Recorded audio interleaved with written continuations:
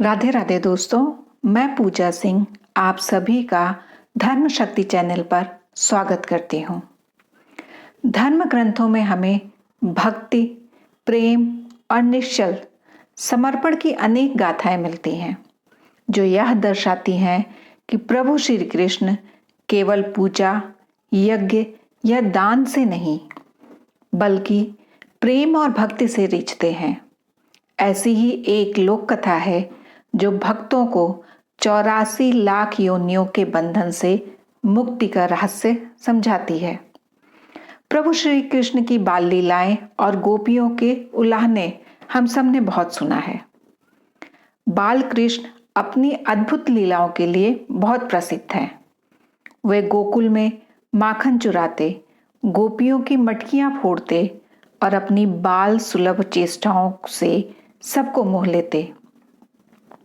गोपियां यशोदा मैया से शिकायत करती हैं और मैया कभी दुलार से तो कभी डांट से कान्हा को समझाने का प्रयास करती हैं। लेकिन एक दिन जब शिकायतें हद से ज़्यादा बढ़ गईं, तो यशोदा मैया ने छड़ी उठाई और भगवान श्री कृष्ण के पीछे दौड़ पड़ी।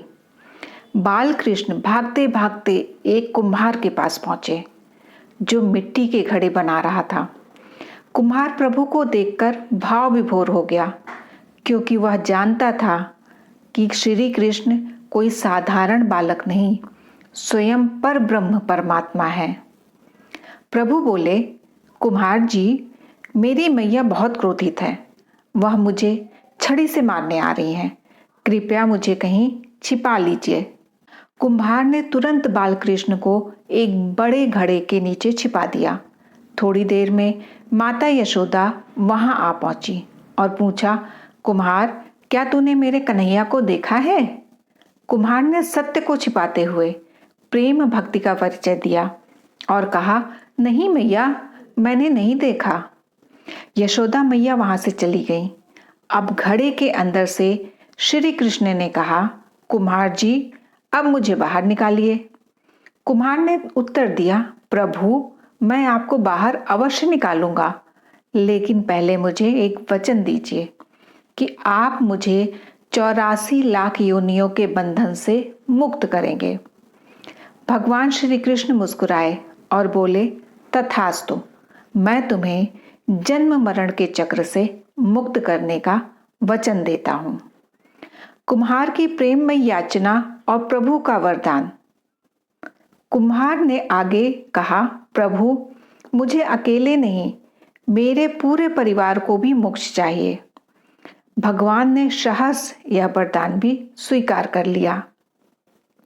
फिर कुम्हार बोला, प्रभु, मेरे ये बैल जो मेरी रोजी रोटी का आधार है, जिनकी पीठ पर मैं मिट्टी लाद कर लाता हूं, इन्हें भी 84 लाख योनियों से मुक्त कर दीजिए।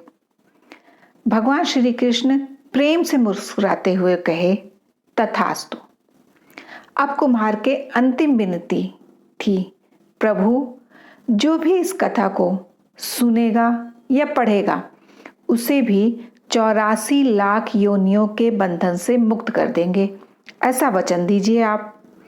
श्री कृष्ण कुम्हार के निश्चल प्रेम और करुणा से अत्यंत प्रसन्न हुए और कहा, तथास्तु, जो भी इस कथा को सुनेगा वह भी मोक्ष को प्राप्त करेगा।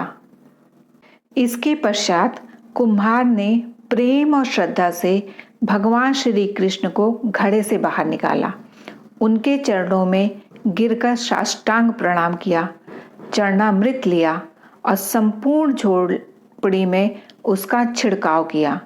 अंत में भक्ति की पराकाष्ठा में वह भगवान श्री कृष्ण में ही विलीन हो गया।